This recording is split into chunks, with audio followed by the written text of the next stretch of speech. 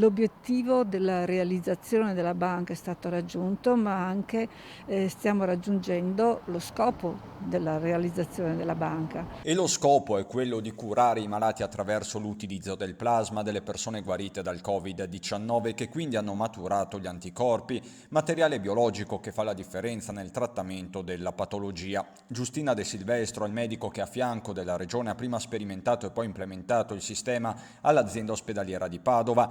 Insomma, la cura, funzione a dirlo, è anche il raffronto con la primavera. Il plasma viene utilizzato in quei pazienti che hanno una forma di polmonite legata appunto a questa infezione virale che può compromettere la funzionalità respiratoria in maniera grave. I pazienti che presentano questo quadro clinico ci sono ancora, non ci sono stati soltanto nel primo episodio epidemico, ma si presentano ancora oggi. Che cos'è che è cambiato rispetto a prima?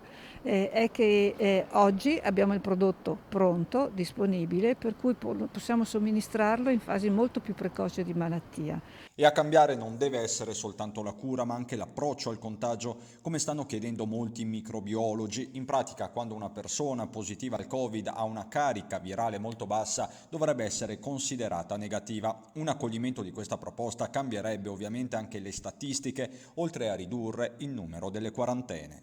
Cambia la vita, sì, per tutti, perché immaginate voi, abbiamo avuto un caso di marito e moglie col negozio, uno dei due era positivo, sempre a CT elevato, ma è dovuto stare in isolamento, in quarantena, con il marito, il negozio è stato chiuso. Ecco, queste situazioni non le vogliamo più vedere.